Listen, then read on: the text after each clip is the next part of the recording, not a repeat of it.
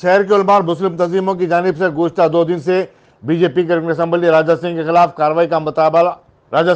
कार्रवाई के मुतालबे के बाद इस मुहिम में अब शिद्दत पैदा हो गई है। सदर ऑल इंडिया सूफी उलमा कौंसिल हकीम सूफी सैयद शाह मोहम्मद खैरुद्दीन ने भी सिटी पुलिस से गोशा महल के रुकन असम्बली की गिरफ्तारी का मुतालबा कर डाला। उन्होंने कहा कि पुलिस दूसरे मामलात में तो बड़ी फुर्ती दिखाती है और मुलजिमीन को जेल भेज दिया जाता है, लेकिन राजा सिंह का मामला मुकदमा दर्ज करने से आगे नहीं बढ़ रहा है। मौलाना खैरुद्दीन ने कहा कि गुजरात के बशमूल दूसरी रियासतों में आने वाले इंतखाबात से कबल पूरे मुल्क में मुनाफरत का एक बाजार गर्म किया जा रहा है। उन्होंने कहा कि राजा सिंह जैसे लोगों को खुली छूट दे दी गई है। अस्सलाम वालेकुम रहमतुल्लाहि व बरकातहू।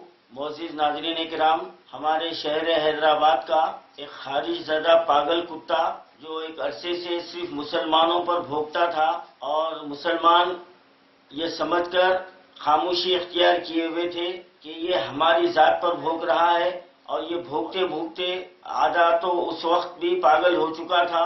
और ये मिसल मशहूर है, जो खारिज ज़दा कुत्ता पागल हो जाता है तो उसके करीब कोई नहीं आता, क्योंकि उसकी बीमारी सबको लगती है।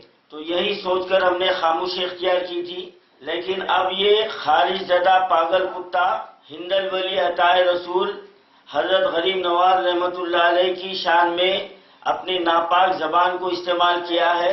तो अब हम इसको नजरअंदाज नहीं कर सकते और इसको इसके किए की सजा मिलना चाहिए।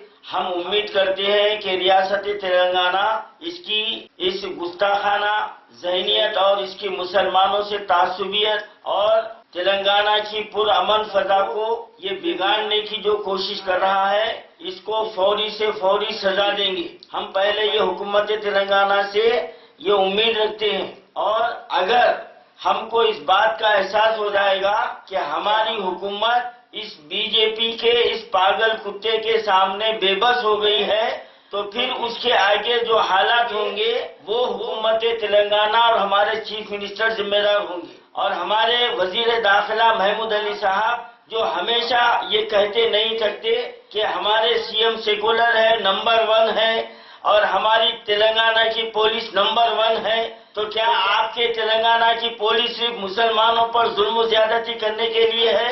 और जब मुसलमान ऐसे गुस्ताखों के ताल्लुक से अपना रद्द अमल जाहिर करता है तो उनको गिरफ्तार किया जाता है, और ऐसे खारिजदा पागल कुत्ते को खुलेआम छोड़ दिया जाता है।